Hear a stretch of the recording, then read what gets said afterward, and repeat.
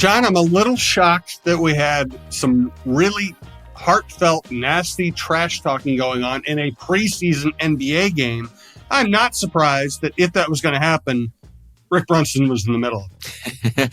That's right, Jim. I knew going out to New York and being out there like with Kat and with the whole trade stuff that it was going to be worthwhile going to the game and just kind of soaking all of that up. And it wasn't going to be a conventional preseason game. And everyone was speaking so diplomatically and nicely in the lead up to it at the shoot around. Dante DiVincenzo, Julius Randle, everyone exchanging niceties. But to see it kind of pop off the way that it did, it added some nice spice to it. It made it worthwhile going out there. And you're right, not surprised one bit that Rick Brunson found himself right in the middle of it. Nice little trash talking session there. And I think Dante earned himself some fans here in Minnesota by kind of going at him the way that he did. So it was a fun and interesting weekend. No doubt. I want to get more into that. We'll get into the actual basketball. I want to talk about Julius Randle, Josh Minot, the way Ant's playing backup point guard, things happening around the league. Might even get into a little Lynx talk here as Game 3 at Target Center approaches. This is the John Krawczynski Show. He's John Krawczynski from The Athletic. Please subscribe to your favorite podcast app if you like the show. It's the easiest way to listen. It's also free. Check out the rest of TalkNorth.com. The lineup is great. I won't get into all of it because it would take forever. I'll just say that check out the Viking Update Show with John Krawczynski, myself, also Jeff Diamond's Vikings and NFL Insider with the former Viking general manager. We do appreciate you listening. We're coming to you from the Aquarius Home Services Studios. We want to thank Princeton's Liquors, Chew Vision Institute, TSR Injury Law, Head Flyer Brewing, and Shepherd Goods and Lamb Chops clothing line. All right, John. So it started with DiVincenzo trash talking from the free throw line. Sounded like he started off talking to Tibbs, but you were there. Take me through it. And did it start off somewhat innocently and mushroom, or did DV really have an edge to begin with? Yeah, I think it was innocent for the most part to begin with. We saw it during the game, and then there were some videos posted about of it on Twitter during the game, and some people thought that Dante said to Tibbs, thank you for the trade, Tibbs. And at that moment, it's like, oh, okay, this was something that was a little edgy, that this was something that was a little bit more than just your average little trash talk. But in speaking to Dante after the game, he said that no, he did not say thank you for the trade, Tibbs. And it came out later that it was, can't finish, right, Tibbs? And what Dante told us was that he was just kind of having fun with Tibbs because I think it was a running thing with them last year where Dante was kind of more painted as a catch and shoot guy, as just a kind of a perimeter guy, and wasn't one that was going to go to the basket and finish a lot.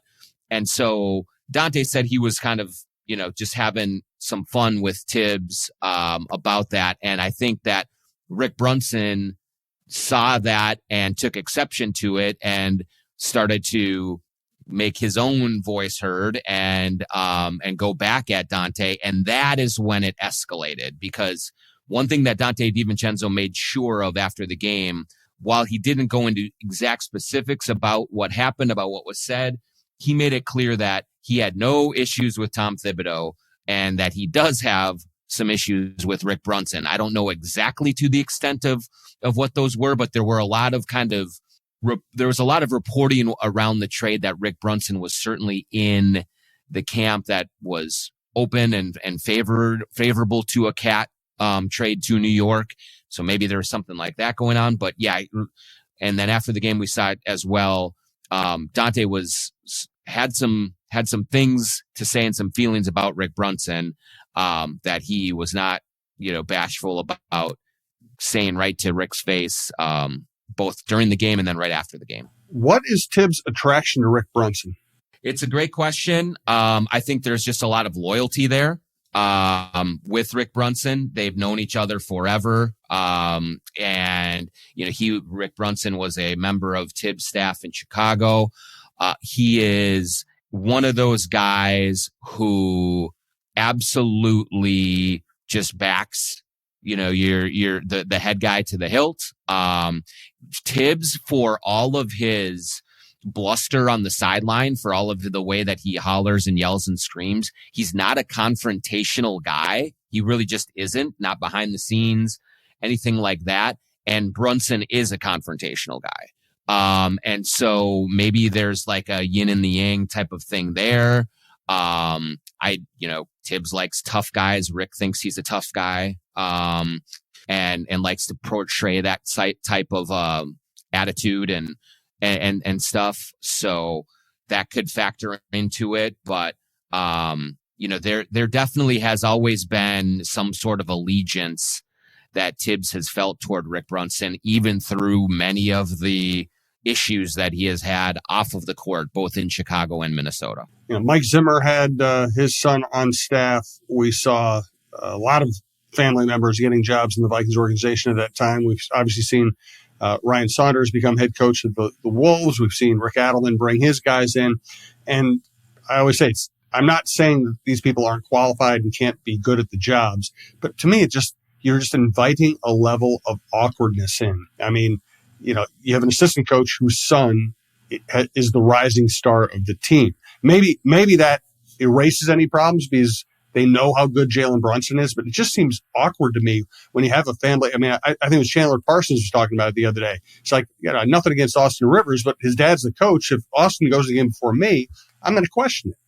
Yeah, and it's really interesting to look at it because Brunson joined Tibbs' staff in New York before Jalen Brunson got there. Mm-hmm. And so it was portrayed at the time as, the Knicks are just hiring this guy so that they can try and get Jalen Brunson in free agency and lure him away from Dallas. And that's going to be the thing that kind of seals the deal for them. But I honestly do not believe that was the primary motivator for Tibbs in bringing Brunson in. I think that he just sees Rick as someone who has always been a loyal backer of his, who doesn't question his methods, who kind of does step into the voids where Tibbs doesn't want to go, that kind of thing. And so, yes, certainly that, Leon Rose and the Knicks front office probably saw, hey, you bring Rick Brunson in, that does give us a little bit better chance of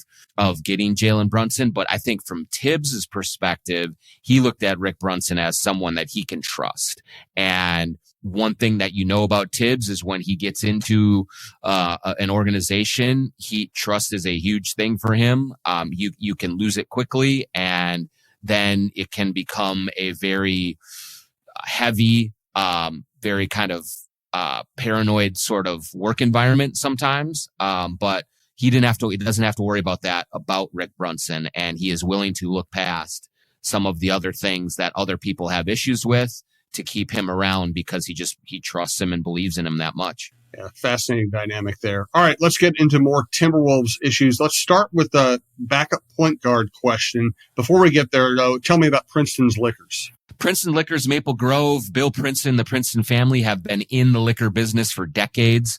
They have two things they really specialize in. You want great bourbon, you want great craft beer, go to Princeton's Liquors. You can get any other spirits you want there. They have a wide selection of anything you could ask for, but certainly specializing in a variety of craft beers, both local and from around the country.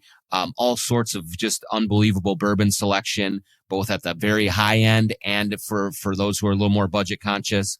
So stop into Princeton's Liquors in Maple Grove. Bill Princeton has been a huge backer of basketball, of this podcast, of the Timberwolves and Lynx, forever. He was a stand-in for Crunch during an internship in the summer of 2001. So he's got basketball in his blood and in his background here. For if you're a basketball fan and if you're looking for great craft beer, great bourbon, or anything else in the wine and spirits kind of venue, go to Princeton's Liquors in Maple Grove. You also had a great experience with True Vision Institute. Yep. You kind of the latest sort of I guess support that I can provide or advocacy I can provide for True Vision is I just went to New York City traveling, and it's just easier to travel without having to wear glasses, without schlepping them around. I also love to go to run on treadmills, and not having glasses that I have to keep pushing up on my face when I'm working up a sweat and running on the treadmill. It's such a great experience. I had LASIK at True Vision Institute in Bloomington. Go to truevision.com to set up your free consultation. They will bring you in. They will have you take a look at everything and what is the best vision correction for you. I got the LASIK surgery. Dr. Chu is fantastic in helping you through it. All of the people and his support staff are wonderful and make you feel right at home and very comfortable in doing it. And it just makes life so much easier. I was like many of you, maybe, when people would tell me about getting LASIK surgery and they would say, oh, I wish I would have done 10 years ago. This is the best thing I've ever done. I just kind of roll my eyes and say, yeah, right. It can't be that great. It really is that great. Everything is easier now without glasses, without contacts. I see great. I feel great.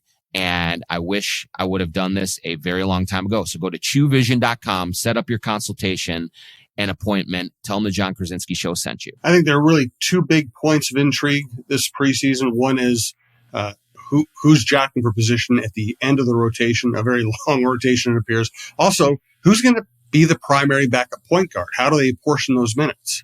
Yeah, so one thing that has been in watching the preseason so far, I think that Nickeil Alexander-Walker came in, and what he told us from the start is one of his main goals is to take some of the burden off Mike Conley, to be the veteran presence while Rob Dillingham works his way into the league and figures things out. But to be the veteran guy that the Wolves can rely on to sort of run the show with that second unit. It has been up and down so far in the preseason. When you look at sort of the way that Nickeil is playing the game, the shooting, he doesn't look quite as comfortable in that role. Now, maybe he will settle into that as the season goes along, and I'm sure he will get many more opportunities, but I do think that I do have some concerns about just how Nickeil handles that added pressure.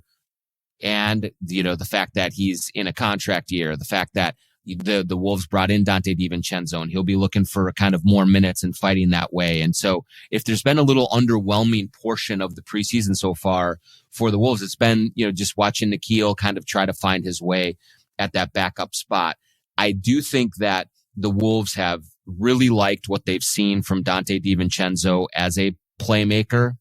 They believe that he can initiate some offense and that he can not only just shoot it, but he can make plays. We saw him do that in New York on Sunday, a couple of drives and dishes, a couple of nice kind of feeds and hit aheads and things that got the offense moving. So I think he's an option. Certainly Anthony Edwards is an option to be more of a heliocentric one point guard type when Conley is not in there. And Dillingham is going to get a bunch of minutes as well. I don't think that we're going to see early on a real definitive, here is our backup point guard. I think that role is going to change throughout the early part of the season, depending on matchups, depending on how a certain player is playing that night. And Chris Finch is going to be a little flexible in that area. But it would be nice to see Nickeil kind of settle in a little bit more, just look a little bit more comfortable in that role, because it is a good one for him if he can carve that out. We had a party the other day for our outgoing sales executive, Karen Cleary. She's retiring. We hired her from the Twins a number of years ago. She's done great work for us. And Andrew Height, who's worked for the Twins, the Wild, the Rays, the Vikings, is now our new sales executive. Welcome to Andrew.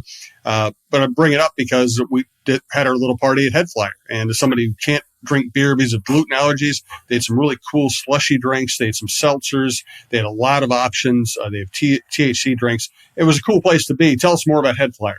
Head Flyer is just a great place to hang out. I've said it before, but my wife and I were going there for years before they ever became partners on our show and with our network.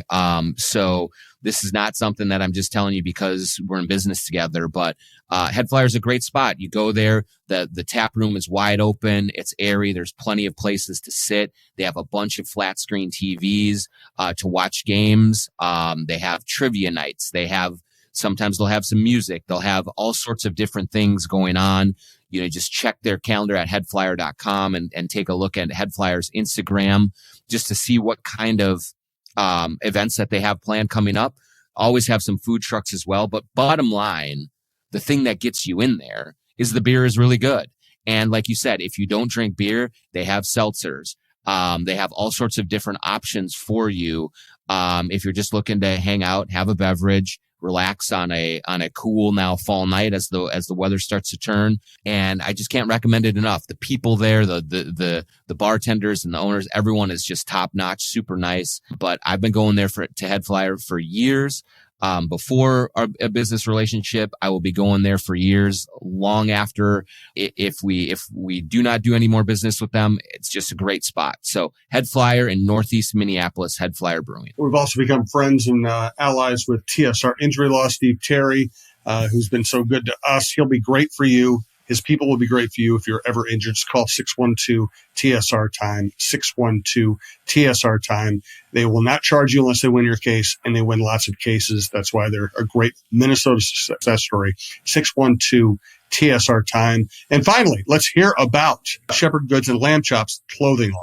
sglambchops.com is the place to go for the best casual wear you can find. Sweatpants, hoodies, shorts, t-shirts, hats from the good people at Shepherd Goods and Lamb Chops Clothing. You'll see Jordan and Craig courtside at Timberwolves and Lynx games. They are a part of this community. And if you go to sglambchops.com, put in the promo code JONK20, you'll get 20% off anything there on the website. Again, like super stylish, but also super comfortable. You can wear it, that stuff hanging around the house, just watching football on the weekend. You can dress it up and go out on the town, hit the North Loop for some drinks, and wear and feel good about the way that you look.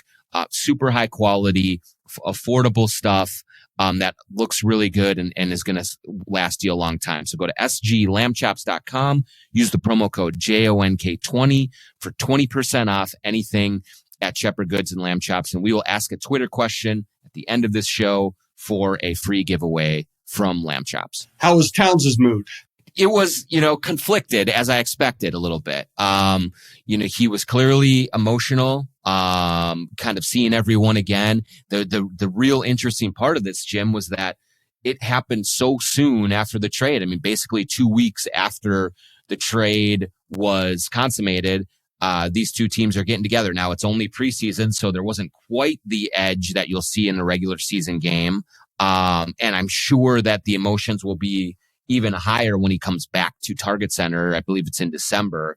But we talked to him after the game. I talked to him before the game for a little bit, and he just was saying like, this is really weird. Like he has not settled in yet. Understandably, he's living out of a hotel. He's trying to figure out where he's going to live.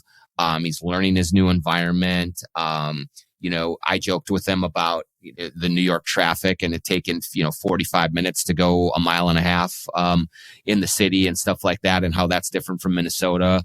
But yeah, I think that you could just see that he was, a guy who had been somewhere for 9 years, who had known and had a routine and been everything was settled to this is all brand new for him. And so I think his head is still swimming a little bit. I think he's still settling in. He's going to be really good there. It's a perfect team for him from a basketball standpoint. But seeing everyone so close to after the trade was probably both good for him in terms of giving him a little bit of catharsis and letting him kind of say some goodbyes that he didn't get to do face to face right after he was traded. But also I do think it was jarring for him because it happened so soon and he's still really just kind of grappling with all this and he has not settled in. So you could tell he was feeling some of the feels, as we like to say. And, it was all smiles. He was, shared a hug with Finch, with swapped jerseys with Ant, did a bunch of stuff. But there's definitely still some moving on that has to be done, understandably so soon after this trade. When are we going to see Julius Randle, and how much of a challenge do you think it will be for him to fit into this offense? Yeah, so we're recording this on Tuesday. I think there's a good chance the Wolves have this back-to-back Wednesday, Thursday, at Chicago Wednesday, home against Denver on Thursday. He's definitely going to play in one of those games. I'm guessing he'll play in the Chicago game, but we'll see about that. But either way, his return or his debut is imminent for the Timberwolves. We'll get him out there and see what happens. And this is the big sort of step that needs to be taken to see where the Wolves are going this year, because Dante DiVincenzo's acclimation to this new surroundings has been seamless. He looks great out there. He's rebounding, he's passing, he's shooting, he's doing everything that they could ask of him.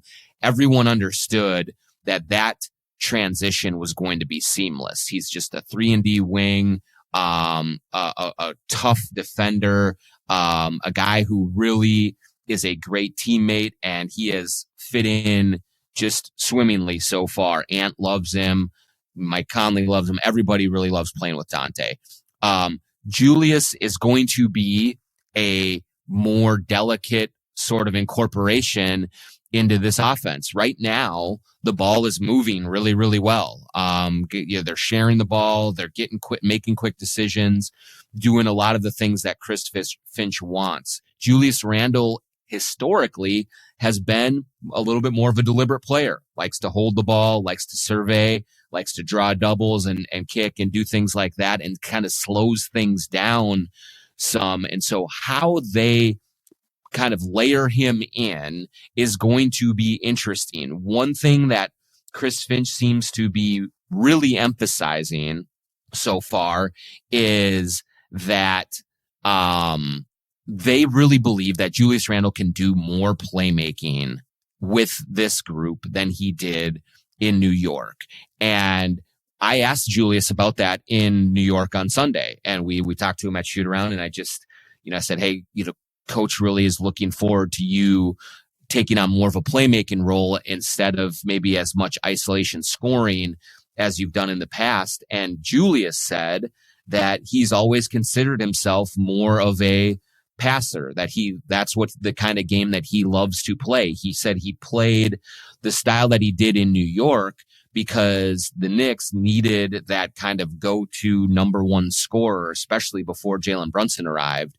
And so that was kind of the role that he filled because out of necessity more than out of preference. And so he said he's really looking forward to getting here, to being more of a quarterback, to passing the ball around and getting it moving. We will see. We'll see how all of that looks. And I imagine it will be a bit of a process to kind of get all of that kind of settled in. But if he does take on that sort of mentality of, I am going to be unselfish, I am going to really look to move the ball, I am going to be a facilitator, I think that's going to help things a lot. I think you could see him actually handle the ball a lot in the second unit when Mike Conley's out.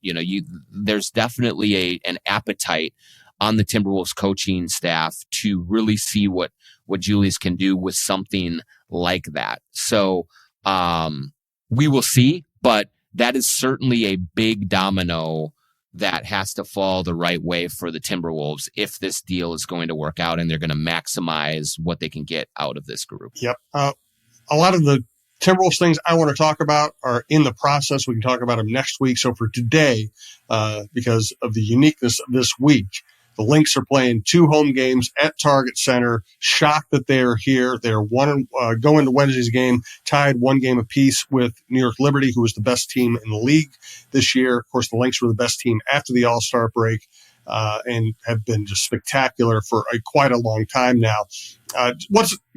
You've been around the Lynx, as I have, for many years. You've seen the championship teams. What's going through your mind as you watch this team get to this level? Yeah, I mean, well, first of all, game 1 was an unbelievable sporting event ever. Yes, it was fantastic. Like, I mean, it did remind me of Game 7 against Denver with the Wolves, and just like the comeback and the grit and the desire. Now, clearly, it's on an even bigger stage because this is in the finals. That was in the conference semifinals. So, just to see a team that has been so resilient and so tough, and play such a beautiful brand of basketball, it's been great. And I do think, Jim, regardless of what happens the rest of the way in this series, I think we can say that this is the best coaching job that Cheryl has done in her time in Minnesota. I mean, I'm not taking anything away from the championships that she won, but those teams were stacked with Hall of Famers, like just no doubt elite talents all over the floor. And she did a good job of making sure that those pieces fit together and leading that team and winning the championships the way they did. But to get this team that does not have all of that talent, you still have Collier, you have Courtney Williams, McBride. They have really good players on this team, and Collier might be just turning into one of the great players in the league. But it's not the same way that they are going about winning. And so, for her to construct this roster the way that she has done, and to get them playing the offense that they're playing and the defense that they're playing, and come home with essentially home court advantage in the finals, you get 2 wins and you can close it out for your 5th championship. This is as good as Cheryl Reeve has ever been. And this team is just really, really fun to watch. The way that they scratch and claw. They've beaten the Liberty, 5 times or 4 times this year already. So it's been great. It's been super fun to watch. And Cheryl deserves quite a bit of credit for the job that she's done, because I know that a lot of people didn't know if she was going to be able to dig them out of the rebuild as quickly as she has here. No, it's been amazing to watch. Good stuff from John. We'll talk more about the Wolves. Set up the actual first game of the season is coming up here rapidly. It's going to be a blast. I know living in downtown Minneapolis, John doesn't live that far outside downtown. I think the Vikings are always the most popular team in town. That's baked into being a Minnesotan. I feel like the Timberwolves are the second most popular team in town, or maybe the Timberwolves / Lynx are the second most popular organization in town. And I think we should talk about that, how this team really has gotten to a point where people just love them. Totally. Yeah, no, it's been fun. Like, certainly the rise of Anthony Edwards to star status. I think I was really, while I was in New York, I was watching some Knicks stuff, and there was a social media post, not by the Knicks themselves, but some Knicks fans. And there was kind of this stereotypical New Yorker, big burly Italian dude. And, they were asking him, okay, would you take this player over Jalen Brunson? Would you take this player over Jalen Brunson? It was, James Harden. No. Kawhi Leonard, no. Trae Young, no. Like, all of these guys start, going down the list of stars. Would you take him over Jalen Brunson? And then it was Giannis, no. Luka Doncic, no. And it's like, okay, all right. This guy's just like, he's all the way in the Jalen Brunson bandwagon. And then they go, the last one, would you take Anthony Edwards over Jalen Brunson? And he goes, oh, I love Anthony Edwards. But no, so like, that's the kind of thing, at least right now, there will be a time where the people, the kind of basketball ecosystem starts to pick away at Ant and starts to kind of go at him and stuff. But right now, like, his approval rating is so high. And so I think for Timberwolves fans to have him at such a level of popularity, the Netflix documentary is unbelievable for Ant. And just like in general, then you have Nas, who's incredibly popular. You have Everyone Loves Finch. Tim Conley has really inspired support. And then Rudy has won people over. It's just a likable team that also seems to be poised to win at a very high level. I think DiVincenzo is going to be incredibly popular here. And so this team, I think, is reaching a status or a level of local acclaim that it has not had before. I mean, maybe in 04, 05, right after that, but that team kind of quickly splintered and became a little less likable. This team just has so many more things going for it that way that, you see what happened with the Twins and the Wild are kind of stagnant. And so, yes, the number 2 spot in the pecking order is right there for them to take. And I think they are taking it right now. I just think there's a lot of energy surrounding them, and it's been fun to see that happen. Yes. All right. Let's wrap up this show with Shepherd Goods and Lamb Chops Clothing Line Twitter question of the week. Yeah, maybe quite a Twitter handle, King of Mongrels, but well, if you say so. A really good question. Who's going to be filling in for Grady for his ESPN when he has his ESPN duties? If you've seen, Michael Grady has been brought into the rotation at ESPN. He's been doing a lot of national games this year. I believe it's like 16 or 18 games that he's doing. So he's getting some really good exposure, well-deserved. He's a terrific talent.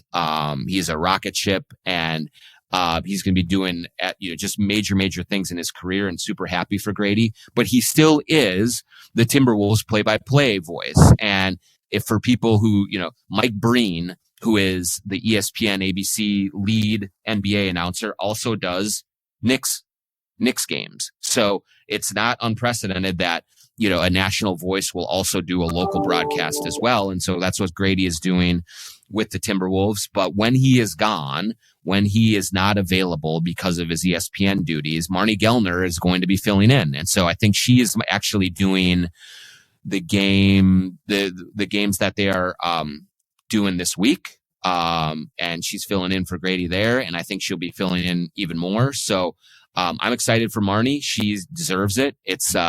She's really talented. And I think the more opportunities that she gets, the even better that she will get in that role. And so a lot of people have asked about Grady and is he still with the Wolves? Yes, he is still with the Wolves. He's just going to have some more national duties that will take him away a little bit more than we're used to seeing. And so Marnie Gellner will get the fill-ins with that. So that's going to be pretty cool. Yeah. And congratulations to Michael Grady. We've had him on the program a couple times and on the network a few times. Great guy. Great, as you said, excellent broadcaster. We are so lucky to have him. I hope we get to keep him. Thanks for all the good stuff, John. I appreciate it. Enjoy the preseason. We'll talk to you next week. All right, great.